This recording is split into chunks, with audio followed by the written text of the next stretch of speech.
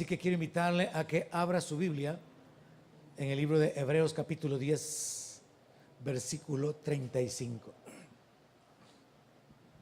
El tema de hoy: no pierda su confianza, o también retenga su confianza. Y está basado en esta porción de la palabra de Hebreos capítulo 10, versículo 35. Yo creo que este es un mensaje que es necesario predicarlo de una manera repetitiva, porque como creyentes las dificultades o las condiciones de vida causan una presión, causan el desánimo, y hay muchos que han retrocedido, no retuvieron su fe, no retuvieron su confianza. Y considerando esta necesidad, el apóstol Pablo, que yo creo que es el autor del libro de Hebreos, escribe de una manera directa esta instrucción. Y de ahí tomo el tema del mensaje de esta mañana. Verso 35 de Hebreos dice: no pierdan pues su confianza, que tiene gran galardón, porque es necesaria la paciencia para que, habiendo hecho la voluntad de Dios, obtengan la promesa. Porque aún un poquito, y el que ha de venir vendrá, y no tardará. Mas el justo vivirá por fe, y si retrocediere, no agradará a mi alma. Pero nosotros no somos de los que retroceden para perdición, sino de los que tienen fe para preservación del alma. Oramos, hermanos. Padre, necesitamos tu palabra, necesitamos la ayuda de tu Espíritu Santo, aplicándola, revelándola a nuestra vida. Te damos las gracias por la libertad que tenemos, por el privilegio que tenemos de meditar en ella. Te damos las gracias por tu presencia en nosotros. Te damos las gracias por tus promesas y por la sabiduría que está disponible para nosotros a través de tu palabra escrita. Señor, nos sometemos a tu señorío, a tu autoridad. Pedimos tu guianza, pedimos tu revelación por tu Espíritu Santo. Te necesitamos, Señor, y te pedimos que hables a nuestro corazón, y no solamente a nosotros, sino a todos aquellos que puedan ver y escuchar este mensaje. En el nombre precioso de Jesús te pedimos tu ayuda. Te pedimos, Señor, que esta mañana tú nos establezcas, tú nos fortalezcas, tú nos animes, tú nos ayudes para que podamos continuar con nuestra carrera, para que podamos perseverar y avanzar hacia la gloria eterna, hacia la cual tú nos has llamado. Padre, gracias en el nombre de Jesús. Y toda la iglesia dice amén. Aleluya. Muy bien, es importante entender, hermanos, que el apóstol Pablo escribe esta instrucción a los creyentes en un contexto de persecución, o sea, en un ambiente donde los cristianos estaban siendo perseguidos. Esta carta se cree que fue escrita ya por el año 65, pues en ella todavía se menciona que habían sacerdotes, y el general romano Tito destruyó Jerusalén en el año 70, y a partir de ahí ya no hubo sacerdocio ni sacrificios. Pero en este libro todavía se menciona que hay sacerdotes haciendo sacrificios. Por lo tanto, se establece que la fecha en que fue escrita es ahí por el año 65. ¿Cuál es la importancia de este dato? Que ya habían pasado unos 30 y algo de años después de la muerte del Señor Jesucristo, quien había dicho que el reino de los cielos se había acercado, y los creyentes estaban perseverando ya 30 años, más que lo que nosotros vamos a celebrar como iglesia. 30 años perseverando en un ambiente de persecución, en un ambiente de ser asesinados, de ser encarcelados, de perder las cosas, de ser robados. Todo eso está en el verso 32, si quiere lo leemos ahí. Verso 32 dice el apóstol Pablo: recuérdense, traigan a su memoria los días pasados, en los cuales, después de haber sido iluminados, sostuvieron gran combate de padecimientos. Por una parte, ciertamente con vituperios, humillaciones, ofensas y tribulaciones fueron hechos espectáculo. Y por otra, llegaron a ser compañeros de los que estaban en una situación semejante, porque de los presos también se compadecieron y el despojo de sus bienes sufrieron con gozo, sabiendo que tienen en ustedes una mejor y perdurable herencia en los cielos. Así que es importante y necesario para mí que comprendamos que esa instrucción del apóstol Pablo de retener la confianza le es dada a creyentes que tienen 30 años de estar padeciendo, 30 años de estar siendo perseguidos, de estar siendo abusados, de estar huyendo, de estar siendo encarcelados y de que líderes sean asesinados. Es parte del tiempo en el cual Saulo anduvo persiguiendo a la iglesia, que mataron a pedradas a Esteban, le cortaron la cabeza a Jacobo. Entonces Pablo viene y en el versículo que nos ocupa como base, el verso 35, Pablo le dice a la iglesia: no pierdan pues su confianza. Pero qué terrible es decirle a alguien que no pierda su confianza si está en un ambiente de dificultades, de necesidades y de problemas. Tienen fe, han perseverado, han obedecido. Jesús habló de que el reino de los cielos se había acercado, pero el reino no está. A Jesús lo matan y algunos andan predicando que resucitó y que va a volver. A los líderes los asesinan, los meten en la cárcel. Ellos como iglesia parecen unos tontos siguiendo a un líder que no está, que desapareció, pero que dicen que ha resucitado. Y aún sus mismos líderes, aunque hay milagros que evidencian que hay un respaldo de Dios, aún sus mismos líderes no son guardados y son asesinados. Y ellos tienen que andar huyendo. Viven en un ambiente de inseguridad, en un ambiente de temor. Y Pablo viene y les dice: no pierdan su confianza porque tiene gran galardón. Y básicamente el apóstol Pablo, les hace recordar que él ya sabe que ellos han padecido una gran cantidad de injusticias, porque ellos saben que hay una herencia mejor reservada en los cielos para ellos. ¿Cuántos saben eso aquí? Que hay una herencia mejor reservada para nosotros. Entonces Pablo les dice: lo que ustedes han soportado, lo soportaron porque ustedes saben que hay algo mejor en el futuro. Todavía no lo han alcanzado, todavía no lo miran, pero yo quiero decirles algo, les dice el apóstol Pablo: aguanten un poquito más. Así que después de esa instrucción de retener la confianza, la segunda instrucción que es importante prestar atención es: solo un poquito más. Aguante, hermano, un poquito más. Aguante, solo un poquito más. Porque lo cierto es que hay presiones sobre la vida que causan que uno piense que ya no puede continuar, que quiere abandonar la carrera, que quiere dejar de perseverar, siente que no hay sentido, no hay propósito a vivir por fe, a continuar en este estilo de vida. Pero el apóstol Pablo les hace ver que el que va a venir dentro de un poquito. Y que durante ese poquito de tiempo que hace falta, es importantísimo que el justo viva por la fe. Porque si se retrocede, no agrada a Dios. El retrocederse, el volverse atrás, así como el dormirse mientras predico, no le agrada a Dios. Así que Pablo habla acerca de la importancia de retener la fe, de retener la confianza por un poquito de tiempo más.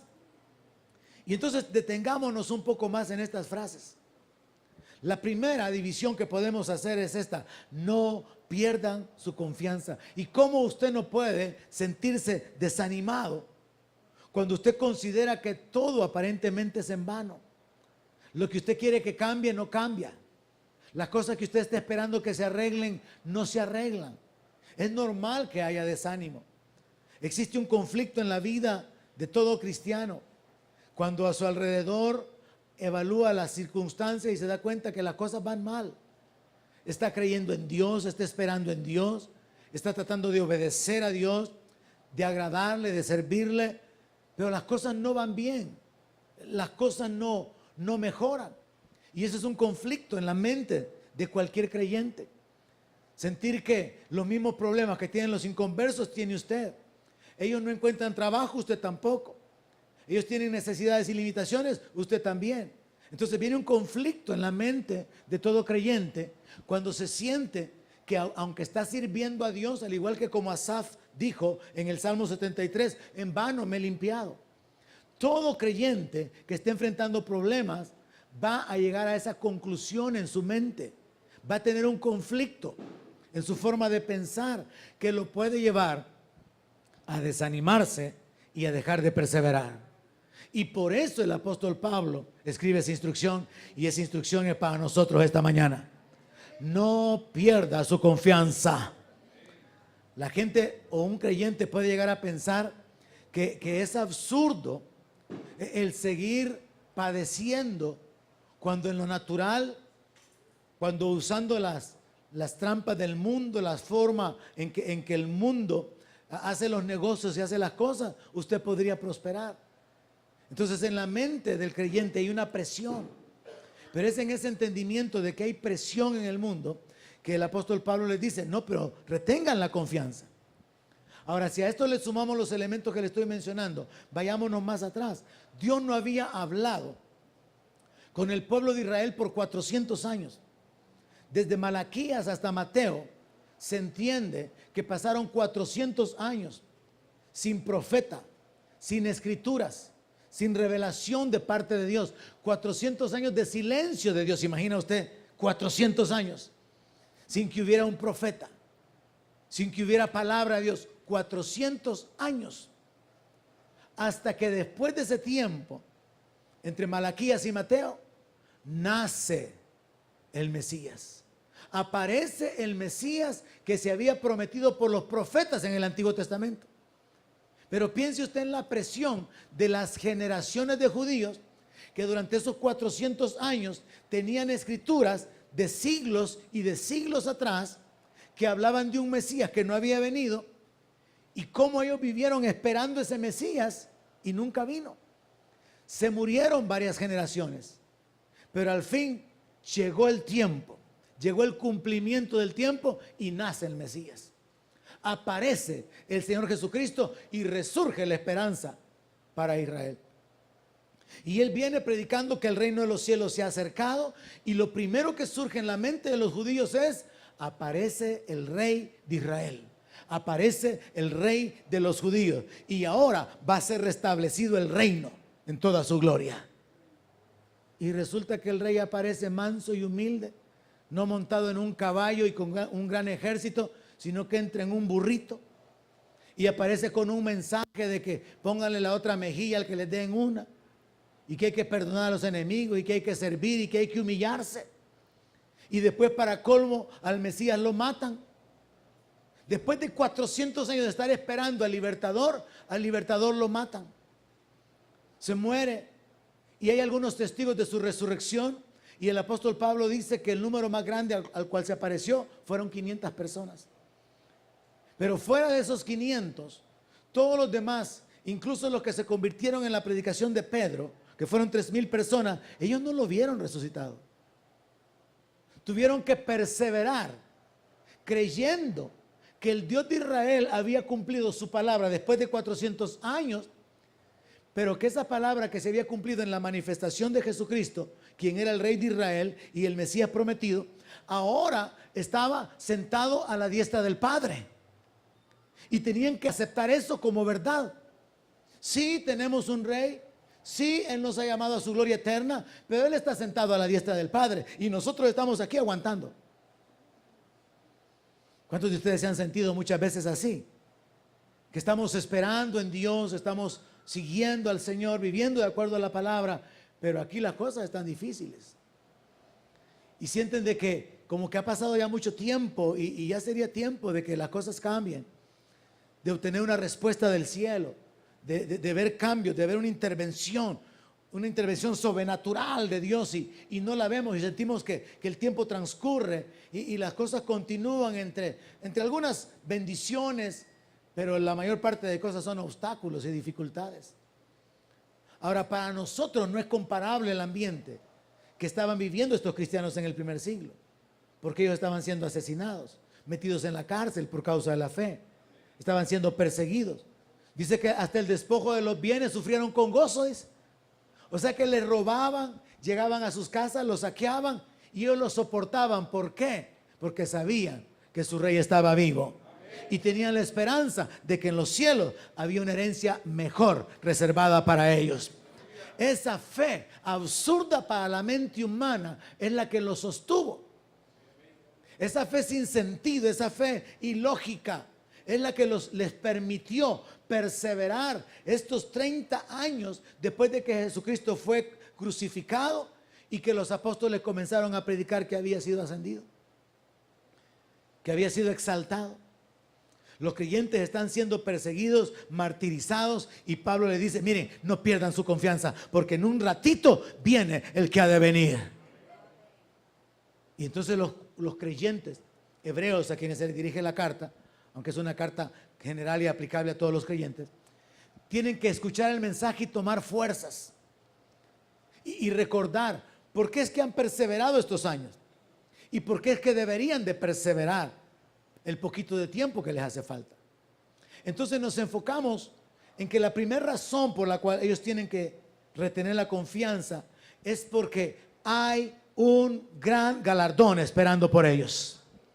La frase completa es: retengan pues la confianza que tiene grande galardón. ¿Por qué yo voy a vivir por fe aunque vea que los problemas continúan y hayan situaciones que están fuera de mi mano, fuera del control mío, fuera de mis capacidades? ¿Por qué yo voy a continuar viviendo por fe aunque veo que las cosas no cambian aquí? Porque tengo la seguridad de que hay algo mejor adelante en mi vida. Fue lo que movió a Moisés.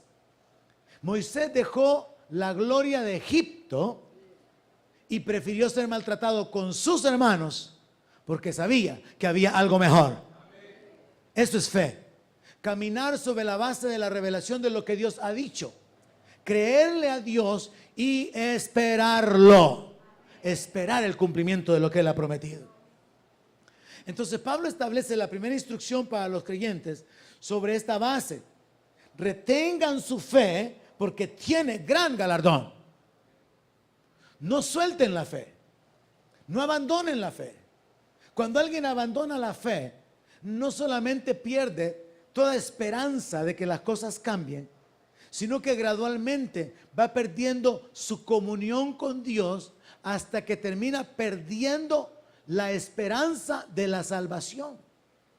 La gente comienza pensando: Dios no me oye, Dios no me contesta. Pero la gente continúa pensando: Dios me ha abandonado, quizás Dios nunca me perdonó. Y terminan pensando: quizás Dios ni existe. Porque decidieron soltar la fe que una vez tuvieron. Tomaron la decisión de renunciar a continuar viviendo, creyendo que el que ha prometido es fiel, creyendo que la palabra de Dios no pasará. Entonces es importante que nosotros apliquemos toda la sentencia en nuestra vida. No hay que perder la confianza porque hay un gran galardón delante nuestro.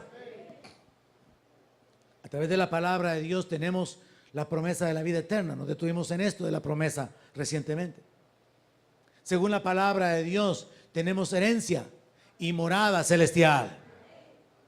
Según la palabra de Dios, Dios nos ha llamado a su gloria eterna. Según la palabra de Dios, seremos semejantes a Jesús cuando Él se manifieste. Para la mente natural de una persona que no ha nacido de nuevo, todo eso es locura. Incluso para muchos creyentes. Y entonces se cae en el error de vivir por los sentidos, de vivir en lo racional. Estar esperando un cuerpo glorificado. Estar esperando que más allá del sol yo tengo una morada y que hay una ciudad la nueva Jerusalén esperando por nosotros y que vamos a entrar en la gloria de Dios. Se mira tan lejos, se mira así nada más como una sombra muchas veces y no se toma con aquella convicción de que el Dios de los cielos, el creador de los cielos y de la tierra, el que da aliento, vida y todas las cosas, no es hombre para que mienta. Que Él ha revelado en su palabra su voluntad. En su palabra Él ha establecido promesas. Y a través de la palabra y yéndonos hacia la historia, nosotros podemos probar o comprobar que promesas que Dios hizo, Dios las cumplió. Ejemplo, hay una nación hasta el día de hoy llamada Israel, que es la descendencia de Abraham, al cual Dios le ofreció, le prometió que iba a tener una descendencia innumerable. Dios cumplió su promesa a Abraham. Hay muchas promesas en la palabra de Dios, cosas que Dios advirtió: la cautividad del pueblo de Israel en Egipto y ser libertados después de 400 años. El establecimiento del reino, la ruptura del reino, el ser llevados cautivos, el ser libertados de nuevo, el nacimiento del Mesías. Todas estas cosas habían sido anunciadas. Entonces, cuando nosotros leemos la palabra y vemos las promesas que Dios hizo y buscamos en la historia, podemos comprobar que Dios es fiel a su palabra. Y si Él es fiel a su palabra y cumplió las cosas primeras, Él también es capaz de hacer las cosas que hace falta que se cumplan. Y Él prometió que Él volvería. Jesús prometió que iba a preparar lugar en la casa del Padre. Amén. Entonces nosotros tenemos un gran galardón adelante. Y este mensaje tiene que ser predicado, pero al final, ¿quién lo va a retener? El que tome la decisión de creerle a Dios. Es simple. Usted puede decidir, y de hecho es una decisión, creerle a Dios o no creerle a Dios. Es una decisión retener la confianza o soltar la confianza. Pablo escribió diciendo que él había terminado la carrera. Y él dijo: he guardado la fe. ¿Cuántos todavía tienen guardada la fe? O sea, todavía tienen fe. Porque hay muchos evangélicos que no tienen fe. Tienen la costumbre de ir a la iglesia, pero no tienen fe. No están apoyándose en la palabra, no están esperando el cumplimiento de la palabra, no están seguros que esa palabra es verdad. Tener fe es diferente de tener un lugar donde reunirse. Tener fe es diferente de tener una religión. Tener fe es: conozco la palabra y he aceptado que esa información que está en la palabra es verdad. Y si me corresponde obedecerla, la voy a obedecer. Y si me corresponde esperar su cumplimiento, espero su cumplimiento. Eso es lo que hacemos con la palabra. La obedecemos si es para nosotros una orden y la esperamos si es para nosotros una promesa. Y eso es como vivimos por fe, esperando el cumplimiento de lo que Dios ha dicho que Él va a hacer y esforzándonos por hacer lo que Él dice que nosotros tenemos que hacer. Así que el apóstol Pablo dice: retengan su confianza, porque hay un gran galardón. ¿Cuántos lo creen? Hay un gran galardón para los que retengan la confianza. Pero aparte de esto, podríamos agregar, hermano, hay testigos que vieron la gloria de Dios. Cuando usted mire en la Biblia, por ejemplo, y se detiene en las visiones que tuvo Daniel, y se detiene en la visión que él tuvo del anciano de días, y del trono, y de un río de fuego que fluía desde el trono, usted tiene que llegar a esta conclusión: Dios ha levantado testigos en los siglos antiguos para que ellos puedan testificar y hablar de la realidad del reino. Dios se ha manifestado en la antigüedad y Dios se sigue manifestando. Como dice en el libro de Hebreos al principio, en el capítulo 1, Dios ha hablado muchas veces y de muchas maneras, y hoy nos sigue hablando por el Espíritu Santo. Pero en el tiempo de la manifestación del Mesías habló por el Hijo. Pero en el Antiguo Testamento habló por los profetas. Y a los profetas les dio visiones, les dio grandes experiencias sobrenaturales. Hay testigos, hermano, de la gloria de Dios. Hay testigos que vieron la gloria del reino. Hay testigos que pudieron experimentar incluso el ser llevados a la gloria de Dios. Como Pablo, que escribe, que dice que oyó cosas que no le he dado al hombre escuchar. O como Juan, que fue llevado en el Espíritu y recibió grandes revelaciones. O sea, a lo que quiero llevarlo es a esto. Usted no está siendo forzado a creer en la información que está en un libro bajo el entendimiento de que, bueno, mire, usted tiene la opción de creer o no creer. Al final, si cree, le va a ir bien; si no cree, se la pierde. Sino que es mucho más profundo que esto. Hay un fundamento sobre el cual nosotros podemos hacer que nuestra fe tenga sentido, y hubieron personas que estuvieron dispuestas a dar su vida porque sabían de la realidad de lo que ellos estaban hablando, porque lo habían experimentado. Los apóstoles estuvieron dispuestos a que los mataran porque ellos habían visto a Jesús resucitado. Los apóstoles perseveraron. El apóstol Pablo estuvo dispuesto a gastarse todo lo que tenía y a gastarse aún él mismo, porque él sabía, era una realidad. Hay un tercer cielo. Era una realidad para el apóstol Pablo, la gloria de Dios. Esteban no tuvo temor en el último minuto de su vida, porque él vio a Jesús ponerse de pie a la diestra de la gloria de Dios mientras él estaba siendo apedreado. Entonces Dios ha dejado testigos que vieron su gloria. Nosotros nos apoyamos en lo natural, en testigos, para poder tomar decisiones. En los juicios se considera la palabra de un testigo. Cuando vamos a tomar decisiones sobre comprar algo, sobre adquirir algo, nos apoyamos en la palabra, en la referencia de otras personas. Nos apoyamos en la información que otros dan. Pues aparte de que tenemos las promesas de Dios y que Dios ha probado que Él es fiel a su palabra, también tenemos el respaldo de los testigos que hablaron las cosas que vieron y experimentaron. Y por eso en la Biblia dice, nosotros no podemos dejar de decir las cosas que hemos visto. Porque los apóstoles dijeron que ellos vieron la gloria de Jesucristo, gloria como del unigénito Hijo de Dios. Entonces vea, tenemos la palabra con preciosas promesas que nos hablan de herencia, nos hablan de un galardón. Tenemos al Dios Todopoderoso, que históricamente podemos probar que lo que prometió lo cumplió.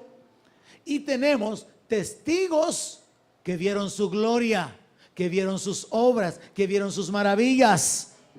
Pero tenemos algo más, hermano. La posibilidad aquí y ahora de experimentar el respaldo de Dios en nuestra vida. ¿Cómo yo puedo saber que Jesús está vivo? Porque Él me dio de su espíritu y me hizo nacer de nuevo y cambió mi vida. ¿Cómo yo puedo saber que Jesús está vivo? Porque en la palabra se nos habla de autoridad en el nombre de Jesús para echar fuera demonios. Y funciona, es verdad. Los demonios se sujetan en el nombre de Jesús. ¿Cómo yo puedo saber que Jesús está vivo? Porque en su nombre hay sanidad. Hay milagros de sanidad en el nombre de Jesús. Entonces aquí y ahora podemos retener nuestra confianza, apoyados en la palabra, apoyados en el testimonio de los testigos, pero también apoyados en las experiencias sobrenaturales que están disponibles para la iglesia. Así que Pablo nos dice esta mañana a través de este escrito: retenga la confianza. Retenga la confianza. No la suelte. Abrácela, porque hay un gran galardón esperando para usted. Retenga esa confianza, aunque usted esté pasando tiempos difíciles. Pero sepa esto. Segunda frase: es necesaria la paciencia y la obediencia. Y esto es lo que a nosotros nos cuesta, hermano. ¿Para cuántos es bien fácil obedecer y le gusta que todo el mundo lo ande mandando? ¿Para cuántos es fácil esperar y les encanta? Mientras más los hagan esperar, más felices son. Dos palabras que en lo natural nos causan grandes problemas: paciencia y obediencia. Estar esperando, estar esperando, estar esperando. Qué castigo estar esperando. Obedecer, qué humillante. Tener que obedecer, tener que someterse a la voluntad de otro. Pero el apóstol Pablo dice que es necesaria la paciencia para que, habiendo hecho la voluntad de Dios, se obtenga la promesa. Pablo lo que está diciendo es: miren, ustedes ya caminaron un tiempo obedeciendo a Dios, pero es necesario que sigan siendo pacientes un poquito más en esa acción de obediencia. Entonces sumen paciencia y obediencia para que alcancen la promesa. Y aquí nosotros tenemos que entender ¿Y por qué es necesaria la paciencia? ¿Por qué es necesaria la obediencia? La paciencia tiene que ver con seguir esperando el cumplimiento de las promesas de Dios, convencido de que se van a cumplir. Esa es la paciencia aquí. Estoy mal, pero Él dice que Él va a arreglar mi vida. Estoy enfermo, pero Él dice de que Él va a glorificar mi cuerpo y voy a despertar con la semejanza al cuerpo de Él. Estoy en necesidad, estoy en dificultad, me están pidiendo la casa, no tengo casa, pero Él dice que hay una mansión no construida por manos de hombre que está esperando por mí. La paciencia entonces es esperar el cumplimiento de lo que Él ha prometido. Y aquí es donde está la clave, iglesia. Usted puede estar como está y peor de lo que está, pero sepa que adelante hay algo mejor que Dios ha preparado. Y la paciencia es, sigo esperando. Sigo esperando. Y el apóstol dice, solo un poquito. Pues sí, pastor, pero ya van 15 años. Es poquito. No, pastor, ya van más de 20. Es poquito. Le voy a probar que es poquito. Más adelante le voy a probar que es poquito. Primero quiero hacerle entender por qué es necesaria la paciencia y la obediencia. La obediencia es hacer la voluntad de quien tiene autoridad. Cuando nosotros somos desobedientes, tenemos un problema espiritual. Y ese problema consiste en no reconocer la autoridad. Y Dios es el originador de toda autoridad. Dice la palabra en Romanos 13, ¿verdad? Que no hay autoridad sino las que están establecidas de parte de Dios. Y el que se opone a la autoridad, a lo establecido por Dios, se opone o resiste. Y los que resisten acarrean condenación. La autoridad es un principio espiritual que tiene como propósito crear orden. La autoridad establece límites de convivencia. La autoridad sirve para definir derechos y obligaciones. Cuando no se respeta la autoridad, entonces no hay razón de exigir derechos, porque no se están cumpliendo con las responsabilidades. La autoridad cubre, la autoridad protege. Cuando no se respeta la autoridad, usted no tiene derecho de ser protegido. Cuando no se obedece la autoridad, usted no tiene derecho de ser respaldado. Entonces es un principio, pero que trata principalmente con nuestra actitud del corazón. La paciencia con esperar que se cumpla lo que Él ha dicho que Él va a hacer. Pero la obediencia con someternos a aquel o a aquellos que tengan autoridad. Porque de esta manera estamos reconociendo a Dios como el autor de todas las autoridades establecidas en la tierra. Ahora, ¿por qué es necesaria? La paciencia y la obediencia son necesarias porque estas dos cualidades, virtudes o acciones revelan su carácter. Cuando usted es un desobediente, eso revela su naturaleza, revela su carácter. Cuando usted es impaciente, eso revela su naturaleza, revela su carácter. Pero más allá, en el lado positivo, una persona que es paciente y mientras está sufriendo, continúa esperando el cumplimiento de las promesas de Dios, revela que sus convicciones son firmes. Y no está basándose en su percepción natural, en lo que miran sus ojos, porque no camina por vista, camina por fe. Entonces, cuando alguien es paciente, le está mostrando a Dios, Señor, yo te creo a ti. Su paciencia, su perseverancia en estos años, a pesar de los problemas y las necesidades, sin palabras, le han dicho a Dios, Señor, yo te creo, yo creo que tu palabra es verdad. Por esto es que es necesaria la paciencia, porque la paciencia revela sus convicciones, revela su carácter. Por el otro lado, es necesaria también la obediencia, porque la obediencia revela el reconocimiento de la autoridad divina y la seguridad de que Él gobierna sobre todo y que al final Él va a cambiar las cosas que tengan que ser cambiadas, porque su reino viene y su reino va a ser establecido. Y entonces resulta lo siguiente: que un creyente que es paciente y es obediente muestra que es una persona fiel. Y la fidelidad es lo que hace que este texto tenga sentido. Porque es necesaria la paciencia para que, habiendo obedecido a la voluntad de Dios, obtengan la promesa.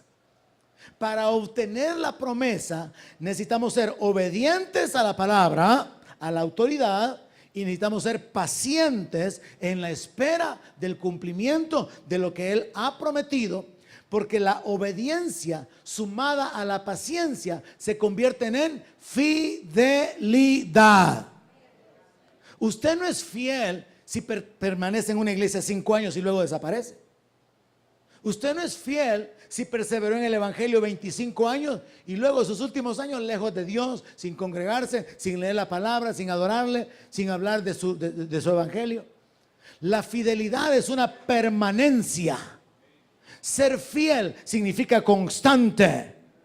Ser fiel significa que es alguien que está continuamente disponible. No es alguien que está entrando, saliendo, inestable, inseguro. No, ser fiel es alguien que permanece, que no se mueve, que no retrocede, que sigue adelante, que sigue esperando, que sigue obedeciendo. Entonces tiene sentido. ¿Por qué es necesaria la paciencia y la obediencia? Porque esto revela el carácter, revela la convicción.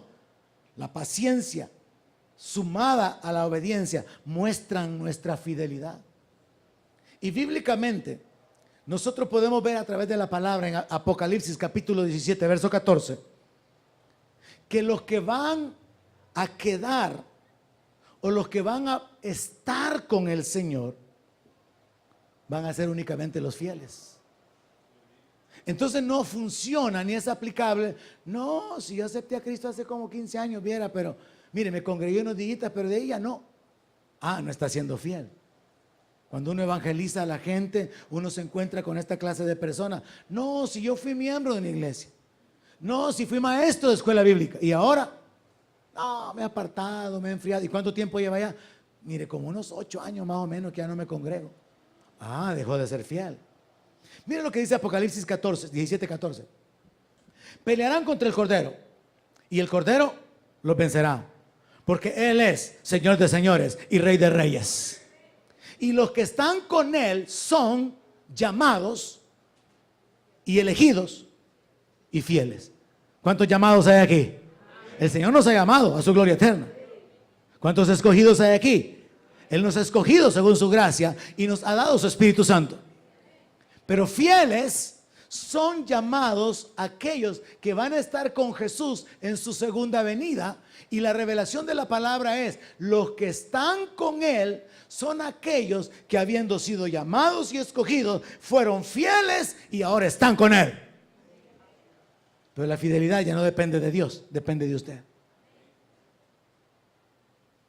La fidelidad es nuestra determinación. Ser fieles a Dios. Como Daniel en un ambiente de pecado. Como Samuel en un ambiente de corrupción ministerial. Ser fieles a Dios como David, que a pesar de las promesas que tenía de parte de Dios, allá andaba en el desierto huyendo porque Saúl lo quería matar. Ser fieles a Dios como Abraham, que tenía promesa de un hijo que iba a nacer y nunca que nacía, hasta que pasaron 25 años. Como los israelitas, 400 años allá cautivos en Egipto, esperando el cumplimiento de la promesa. La fidelidad es permanencia. Y la fidelidad es la que nos coloca en la condición de estar con el Señor. Hay muchos creyentes infieles. Hay demasiados creyentes inconstantes. Y si usted de alguna manera examina su vida y se da cuenta de que hay cierta inestabilidad en su vida, en su relación con el Señor, esta mañana usted tiene la oportunidad de volver a comenzar, de establecerse y de afirmarse en la palabra de Dios, porque solo los fieles van a estar con Él. Y ahí es donde se aplica paciencia y obediencia, paciencia y obediencia. Sigo esperando en Él, sigo obedeciéndole a Él. Mire, A través de la Biblia podemos probar estos principios. Solo los que eran fieles estaban dispuestos a morir. No les importaba perder su vida. Los que eran fieles a Dios estaban dispuestos a morir. Y al final, solo los fieles quedan y permanecen. Es como el asunto, si lo aplicáramos en un nivel muchísimo más bajo, el nivel de las amistades. Los verdaderos amigos son muy pocos. Si hablamos en el mundo, peor todavía. En el mundo la gente tiene cheros, tiene compañeros, tiene amistades, pero mientras hay intereses comunes. Pero el verdadero amigo, aquel que sí va a estar en los tiempos de dificultad, de necesidad, de prueba, esos son contados con los dedos de la mano. Y sobran dedos. Porque un amigo fiel, una persona que de veras tenga una relación con otra, de honor, de servicio, de apoyo, eso es bien extraño, bien difícil de encontrarlo. No es algo que usted encuentre en todas partes. Ahora, cuando trasladamos esto al plano espiritual, tenemos que entender que en nuestra relación con Dios, así como cuando Jesús estaba en la tierra, había gente que le seguía por ver los milagros, por curiosos. Había gente que le seguía porque ya habían oído que Él le daba de comer a la gente de vez en cuando. Pero los que estaban con Él comprometidos, los que no comían si no había tiempo de comer, los que estaban a la medianoche con Él en la oración, navegando en un barco o lo que fuera, eran los que habían tomado la decisión de ser fieles a Él, porque sabían quién era Él y sabían lo que Él había prometido que habría de hacer. Por eso es que Pedro le dice en una ocasión: Señor, ¿y a dónde más nos vamos a ir? ¿A quién más podemos seguir? ¿A quién más podemos serle fieles? Si solo tú tienes palabras de vida eterna. Cuando usted llega a esa convicción, usted permanece fiel al Señor. No fiel a un hombre, no fiel al pastor, fiel a Jesús. Porque Él es el Salvador. Él es el que murió por nosotros. Aunque muchas veces la fidelidad la manifestamos más hacia las personas que hacia Dios. Hay gente que es más fiel a su trabajo que a Dios. Hay gente que es más fiel a sus amigos que a Dios. Y ahí tenemos que medir y evaluar. Él es llamado, Jesús es llamado fiel y verdadero. Y los que están con Él son llamados fieles. Es un asunto así como de identidad. ¿Cuántos saben que Dios es santo? Y también Él espera que nosotros seamos santos. ¿Cuántos saben que Él es Padre de misericordia? Pero Él también quiere que practiquemos la misericordia. Entonces, lo que Dios es, Él quiere que lo imitemos como hijos amados. Si Él es fiel, ¿cuántos creen que Él es fiel? Si Él es fiel, Él espera que le seamos fieles. Pero mucha gente piensa de que solo es un asunto de confesar a Cristo, ir a la iglesia de vez en cuando, cantar unas cuantas alabanzas y hacer algunas cosas así que revelan que tiene una vida cambiada, pero no es muchísimo más que eso. Es como David, siendo perseguido y estando en el desierto, escribiendo salmos. Es como Daniel, estando en el cautiverio, pero guardándose en el temor de Dios hasta no consumir la comida que estaba prohibida por la ley. Es como Moisés, en el desierto 40 años después de que sale de Egipto. 40 años, hermano. Nosotros no sabemos lo que es 40 años en el desierto. Sabemos lo que es 21 años en este edificio. Limpito, con airecito, electricidad, agüita helada, cafecito, pupusitas, desayunito rico, temprano. Y luego cantar, adorar a Dios, luego la palabra, ser retados, motivados, exhortados, apedreados, baleados, molidos, y nos vamos contentos con algo de Dios en nuestro interior. Pero Moisés, 40 años en el desierto. Y no le estoy hablando de los 40 guiando al pueblo. Le estoy hablando de los 40 cuando salió de Egipto, sin saber para dónde iba. Y luego los 40 guiando al pueblo. Y luego los problemas con sus familiares, que es donde comienzan los primeros problemas. Con su hermana, con su hermano, por la mujer que tenía, porque solo él se creía profeta. Las críticas, el rechazo. Luego la rebelión de los príncipes, Datán, Coré, Abiram. Luego todo el pueblo. Pero ¿qué dice el libro de Hebreos? que Moisés fue fiel en la casa como siervo de Dios. 80 años, hermano. Porque durante los 40 fue preparación, los primeros 40. Y los siguientes 40 fueron ejecución.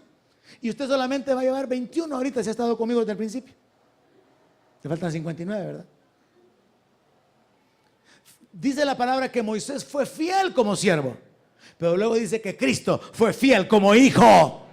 Y ahora lo que hace falta es agregarnos a nosotros. Vamos a ser fieles al Señor hasta que Él venga. O usted ya está en ese punto de que hoy venía precisamente con esa idea que usted ya no aguanta. Ya no sabe ni qué hacer, hermano. Pablo dice a través de esta carta: retengan su confianza porque tiene gran galardón.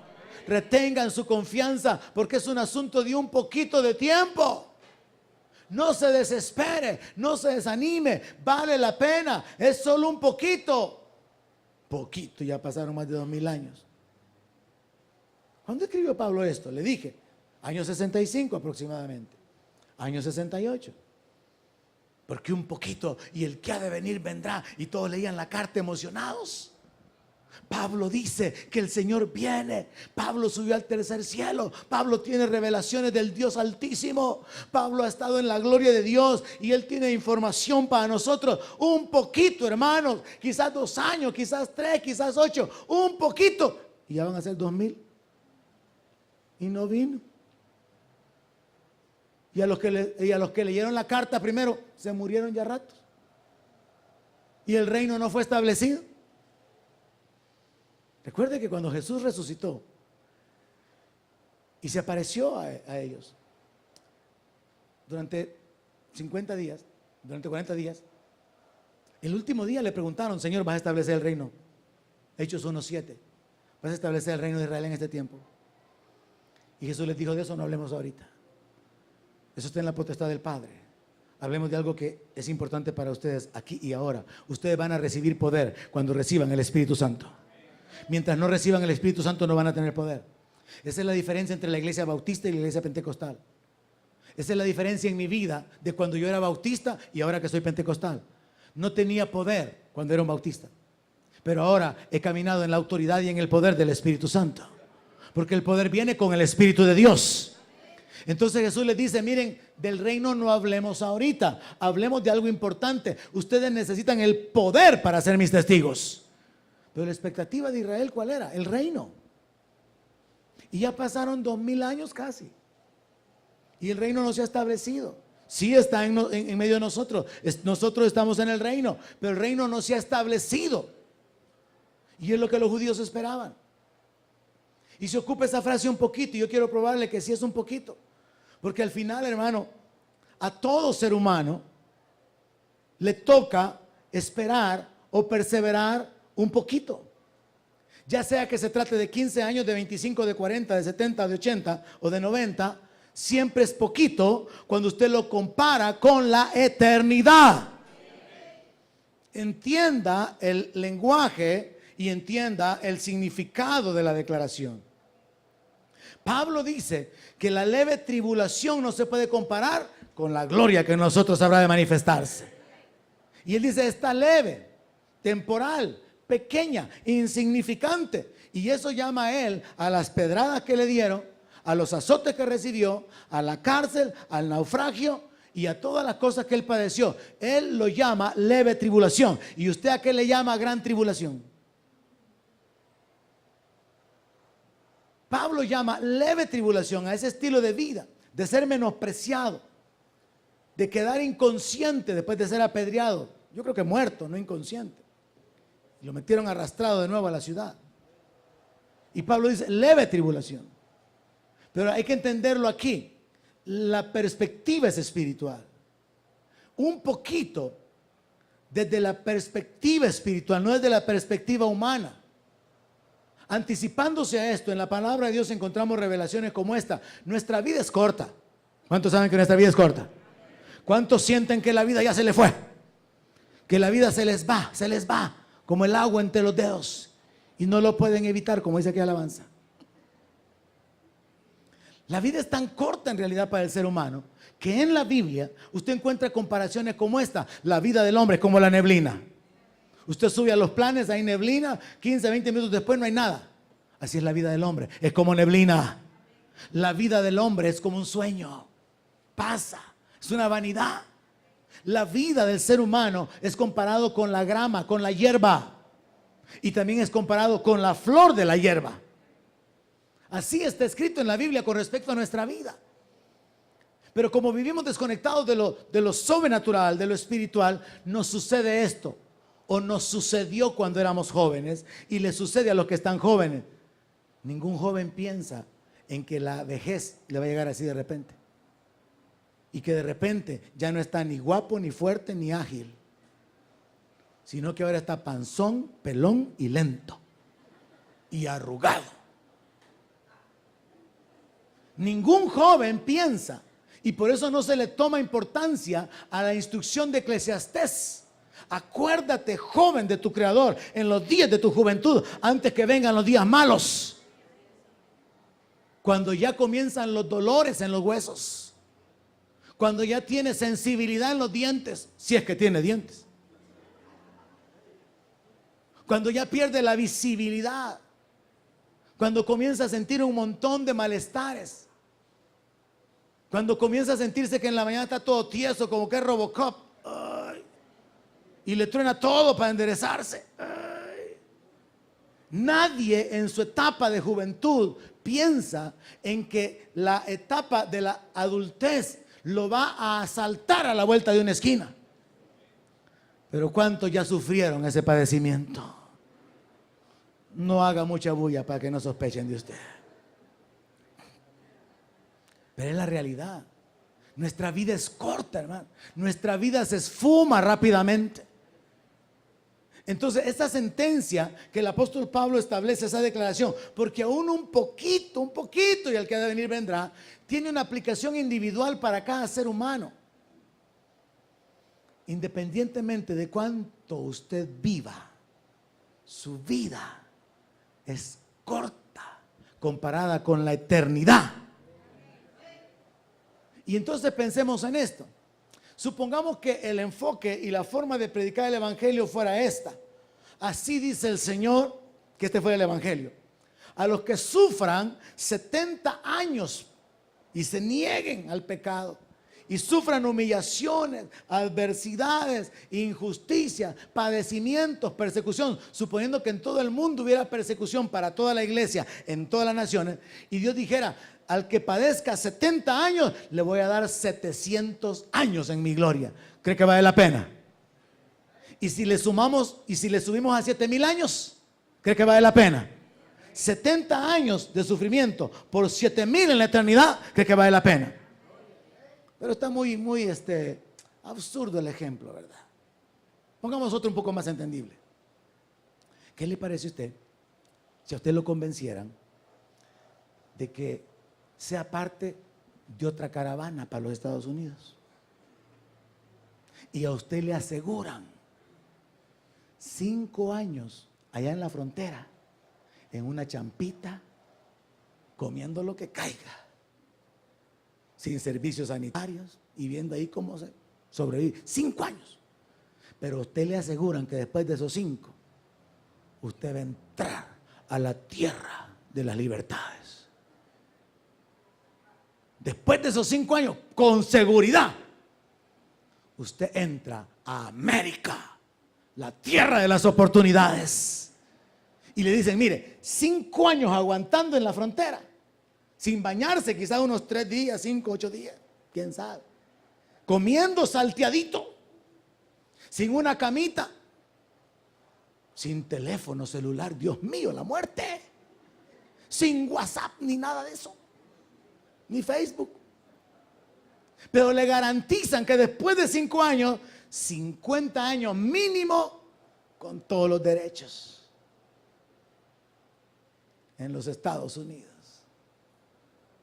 Entonces cualquiera diría: 5 años por 50 con mi nave, trabajo, servicios médicos, vale la pena. Si nosotros nos mentalizáramos de una manera similar, hermano, Vale la pena aguantar un poquito, resistir al pecado, luchar contra el pecado. Vale la pena aguantar un poquito las aflicciones del mundo. Vale la pena aguantar las injusticias, aguantar las trampas del diablo, aguantar a la gente alrededor, aguantar la familia sumada a los enemigos. Vale la pena soportar, porque solo es un poquito comparado con lo que Dios tiene preparado para nosotros.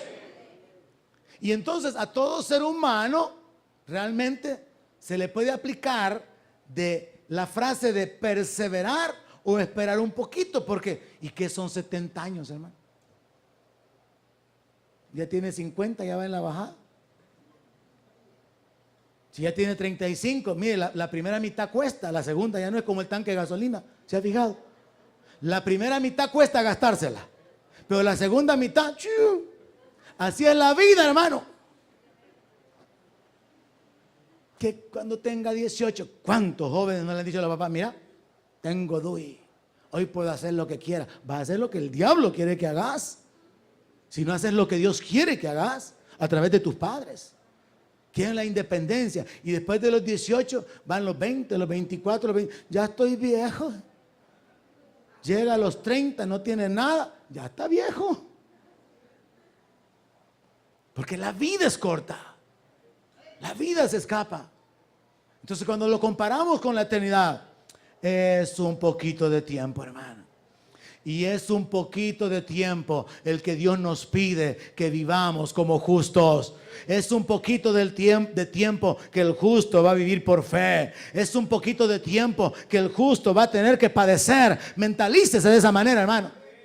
Sí, usted tomó malas decisiones, sí hay un enemigo, sí hay gente en contra suya, pero todo eso usted lo hace un solo paquete, es un poquito, y comparado con la eternidad, menosprécielo y siga adelante y retenga la confianza y sepa que es fiel el que ha prometido.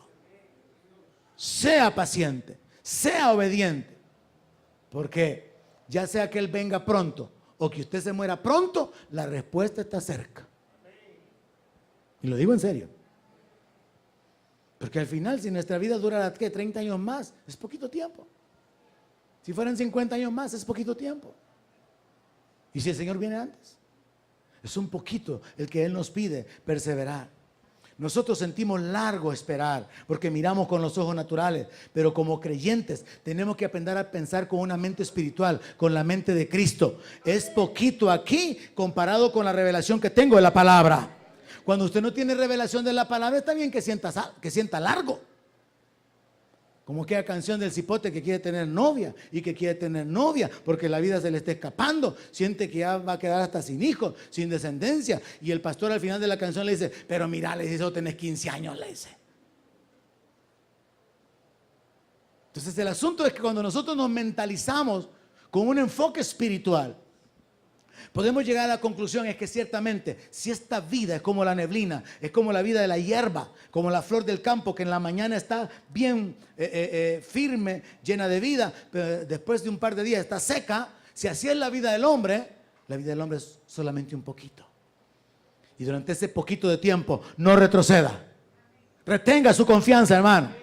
No regrese a la vida de la mente carnal. No caiga en la trampa de caminar por lo que ve, porque este es el gran problema. Que caemos de nuevo a lo natural, a lo que miramos, en lugar de mirar las cosas que no se ven, las que están en la palabra de Dios. No retroceda a la vida de la incredulidad. Muchos de nuestros hermanos lo han hecho, pero al final es una decisión. Y por eso esta amonestación del apóstol Pablo es sumamente importante. Yo le voy a sugerir que usted ocupe este mensaje para poder animar a otros creyentes. Predíqueles, hermano, retenga su confianza, hermano. Solo un poquito más, dígale, solo un poquito más, reténgala. Y si le dice, pero es que mire, he estado esperando ya 21 años, solo es un poquito más, hermano, solo es un poquito. Si lo compara con la eternidad en la presencia, en la gloria de Dios, viendo el rostro de Dios, participando de su gloria. Entonces hay que retener la confianza, no hay que soltarla, hay que ser pacientes y continuar en esa obediencia. En otras palabras, hermano, a través de este mensaje Dios nos llama a que vivamos por fe un ratito más. Un ratito más, hermano. El apóstol Pablo termina el pasaje que leíamos como fundamento esta mañana, diciendo: pero nosotros no somos de los que retroceden para perdición, sino de los que tienen fe para preservación del alma. Entonces la conclusión que podemos encontrar de esta meditación de la palabra, hermano, es bien clara. Al final hay una separación hecha por Dios. Y esa separación está sustentada a través de muchas escrituras. La parábola de la red dice que el reino de los cielos es semejante a la red que se echa en el mar, atrapa toda clase de peces. En una congregación local hay varias clases de peces. Hay tilapias, hay mojarras, hay bocas coloradas, bocas moradas, hay de toda clase de peces. Pero ¿qué dice la parábola? Que la red es sacada afuera y ahí son separados los peces. Amén. La parábola de los servidores malvados o de la viña, le fue entregada a unos criados, a unos siervos. No dieron los frutos, así que fueron castigados, fueron desechados. Y la viña le fue dada a otros obreros, porque se espera que ellos den el fruto. Se hace una separación. La parábola de las vírgenes, todas eran vírgenes, todas estaban invitadas a la boda, todas tenían lámparas, todas se durmieron, todas estaban en el mismo lugar, pero hubo una separación. La doctrina de la separación, si puedo llamarlo de esta manera, está sustentada en la Biblia por un montón de lados. No todo el que me dice Señor, Señor entrará en el reino de los cielos. Muchos textos hablan de separación. Yo creo que tenemos que prestarle la atención necesaria, hermana, porque yo creo que hay demasiados evangélicos, demasiados, que agarran la vida cristiana como otra forma de religión en la cual ya no hago aquello, ya no hago aquello ni aquello otro, y ahora de vez en cuando hago esto y lo otro. Pero lo importante es la comunión, el temor, el amor, la obediencia a Dios. No es lo que no hace y lo que hace. Porque Dios no ha dicho en el cielo: y entrarán todos los que no fumen, y entrarán todos los que no beban. No. Sí es cierto que está la prohibición, los borrachos no entran, los maldicientes, los mentirosos. Pero el contexto es en el sentido de que el pecado, desde aquello que consideramos horribles como el adulterio, y mucho más horribles como el homosexualismo y el asesinato, y aquellos no tan horribles como la mentira y maldecir, son pecados y nos separan de Dios. Pero cuando hablamos de comunión con Dios, vamos a encontrar gente que vive de otra manera. No es gente que simplemente ha dejado de fumar y de beber. Eso no le da a nadie ninguna garantía de entrar en el reino. Es la fe puesta en Cristo Jesús que lo lleva a obrar de acuerdo a esa fe, que lo lleva aún a cuidar sus palabras, porque está escrito en el Nuevo Testamento: ninguna palabra corrompida salga de vuestra boca, sino la que es necesaria para la edificación. Está escrito en la palabra: hablen entre ustedes con salmos, con himnos, con cánticos espirituales. Está hablando de un hombre con mente espiritual, no con un hombre que ha reducido su carnalidad. Analícese usted en lo que estoy diciendo. Si usted simplemente le ha quitado lo más carnal a su carnalidad, o si realmente usted puede decir: yo tengo una vida espiritual, tengo temor de Dios, tengo temor de desagradarle, quiero servirle, quiero dar fruto para su gloria. O simplemente dice: no, yo ahí estoy en la iglesia. Pues sí, sí, aquí está. Analice si lo único que usted ha hecho es cortar carnalidad, pero no ha desarrollado el fruto del Espíritu. Porque ese es otro nivel. Es un asunto de transformación. Y la Biblia nos habla acerca de esa transformación. Jesús siendo formado en nosotros, que Cristo sea formado en nosotros. Siguiendo con la doctrina de la separación, lo cual es inevitable, el apóstol Pablo entonces escribió acá de que al final va a suceder algo. De entre aquellos que fueron parte de la iglesia visible, de entre aquellos que estuvieron caminando de acuerdo a la palabra y que estuvieron perseverando en la fe en el Hijo de Dios como único Salvador y como único mediador, se dará una separación y a un lado se apartarán, igual que Jesús también dijo que iba a separar los cabritos de las ovejas, a la izquierda los malditos, a la derecha los benditos. Jesús habló de la separación y también aquí se habla acerca de que los que no sean fieles, los que retrocedan, van a ir a la perdición. Y entonces, ¿de qué le sirvió ser cristiano 25 años? Si no fue fiel. Vamos a entender eso esta mañana. Y el otro grupo de los que Pablo dice, nosotros somos de los que tienen fe para preservación del alma, van a ser apartados por causa de su fidelidad. El principio de esta separación es el siguiente, hermano. Nosotros no podemos pensar de la misma manera en que Dios piensa.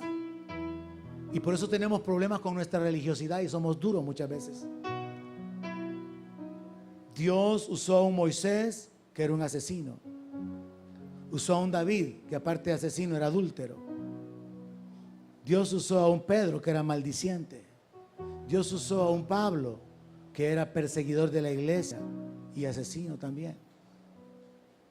Y en su gracia y en su misericordia los perdonó. Estos se apropiaron de su perdón y vivieron para su gloria y para su honra. Permanecieron, son fieles, fueron fieles, amén.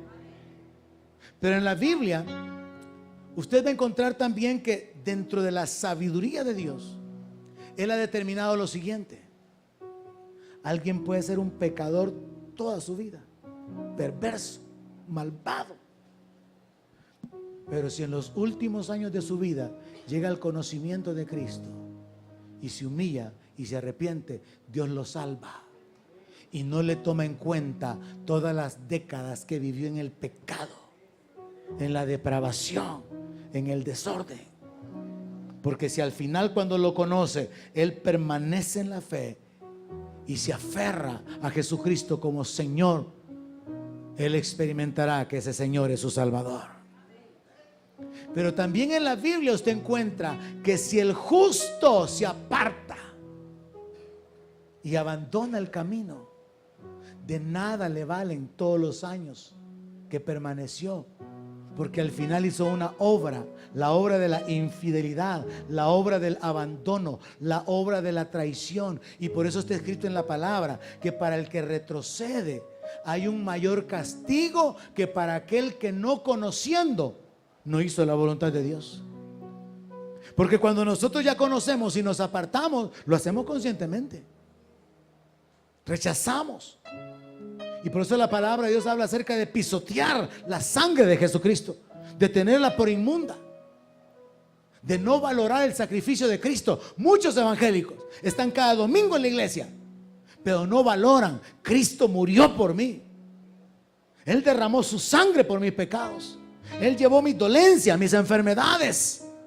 Y aunque yo no vea aquí ahorita mis deseos siendo hechos realidad, aunque yo no vea el cumplimiento de mis sueños, aunque la vida no cambia, aunque la vida está difícil, aunque vivo en un tiempo de dificultades, de necesidades, puedo seguir confiando en Él, porque si Él mostró ya su amor a través de la muerte, yo puedo estar confiado en que en su amor Él va a cumplir su propósito en mi vida.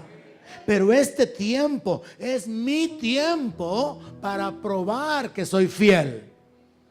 Es su tiempo, no es el tiempo de Dios, hermano. Si lo vemos de esa manera, me estoy dando a entender. Es nuestro tiempo para que usted pruebe si usted va a ser fiel o no. Porque sobre esa base luego viene la separación. Los que retroceden van a perderse, pero los que perseveren un poquito más están preservando su alma. Así que esta mañana yo les reto en base a la palabra, hermano. Regresemos a Hebreos capítulo 10, verso 35.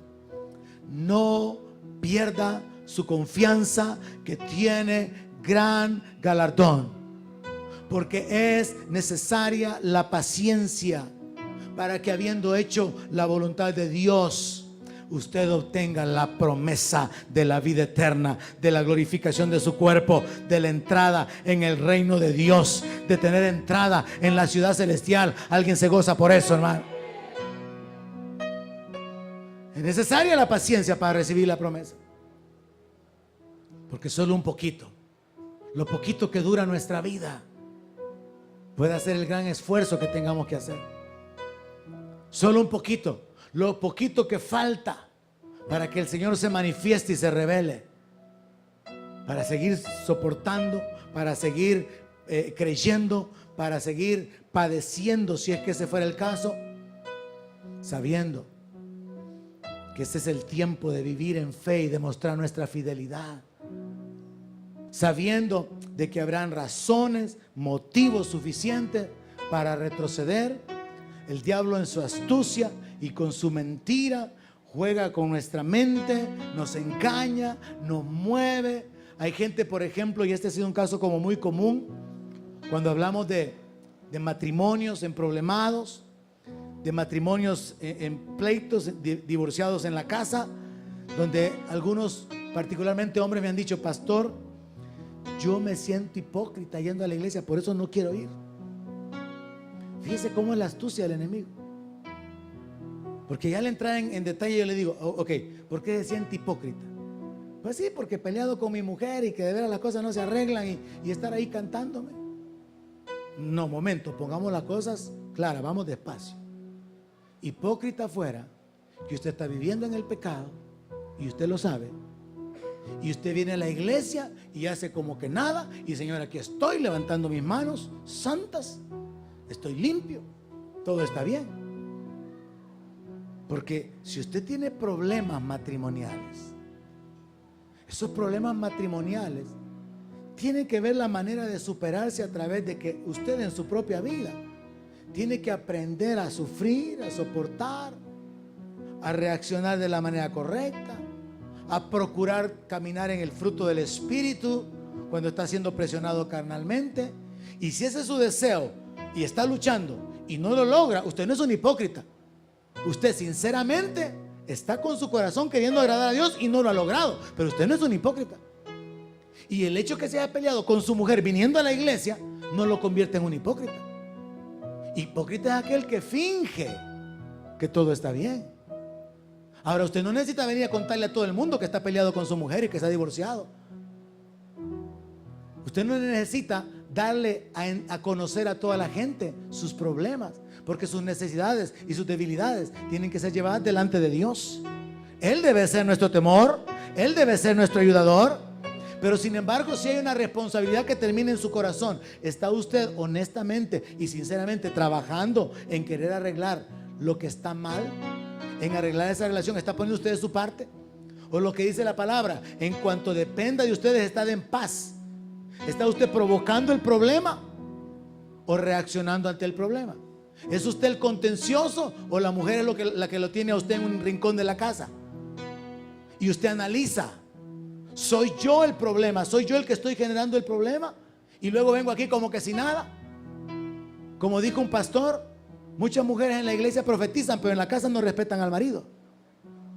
¿De qué les sirve que tengan cobertura y señal de autoridad?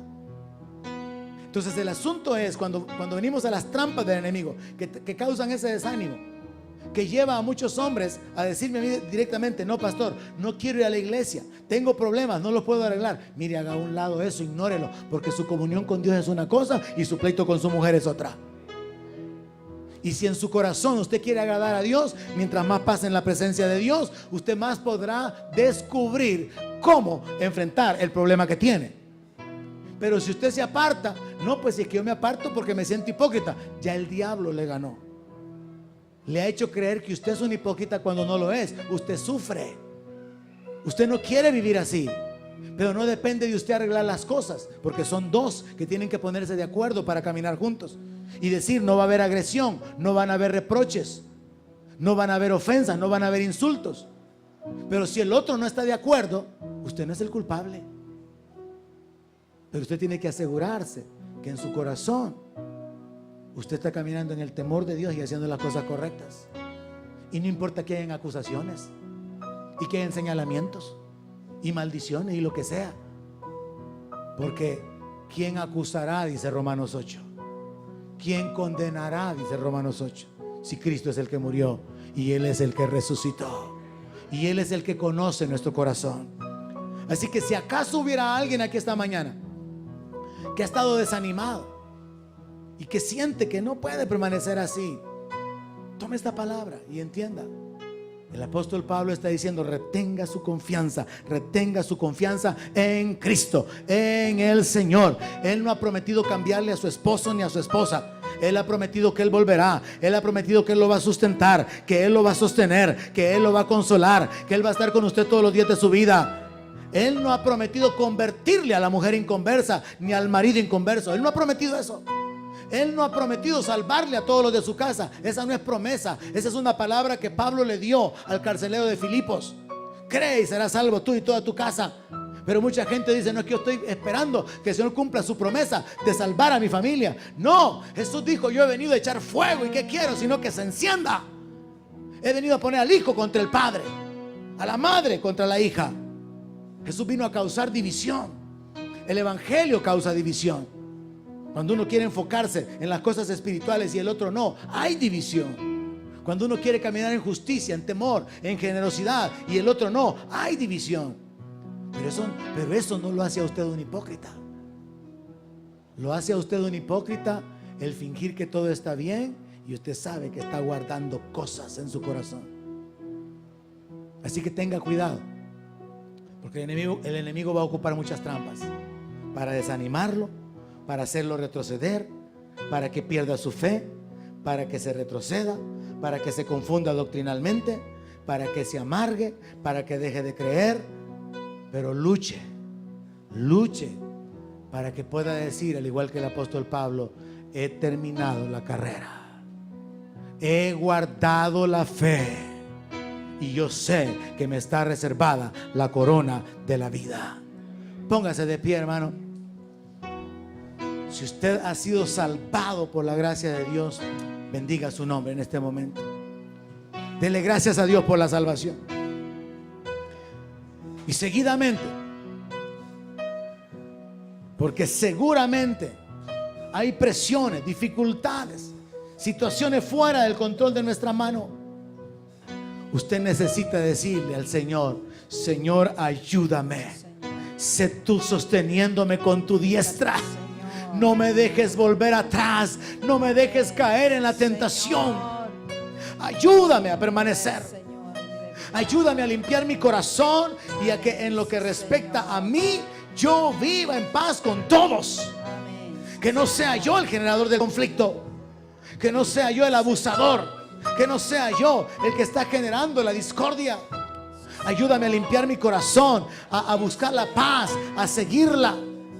Ayúdame, Señor, de manera que sean agradables las palabras de mi boca y la meditación de mi corazón. Ayúdame, Señor, de manera que pueda dar fruto para tu gloria y no estar conforme con una vida maquillada. Sí, Señor. Ayúdame a crecer, a desarrollarme. Ayúdame, Señor, a enfocarme espiritualmente, de manera que, como dijo Juan, pueda yo morir cada día, menguar cada día, pero que tú crezcas. Aleluya. Sí, Señor. Clame a Dios, hermano, clame a Dios por su vida. Si usted necesita nuevas fuerzas, pídaselas a Él. Si usted necesita la ayuda de Dios, si usted necesita que Dios le revele lo que está mal en su corazón, no hay nadie mejor que lo pueda hacer. Abra su boca y clame a Dios esta mañana. Pida su ayuda. Haga lo que a usted le corresponde, pero dependa de Él esta mañana. Dígale: Señor, quiero servirte. Señor, quiero seguirte. Señor, no quiero apartarme. Ayúdame. Glorifícate en mi vida. Sé tú sustentándome, sé tú guiándome. Señor. Donde mi palabra sea su alimento, allí quiero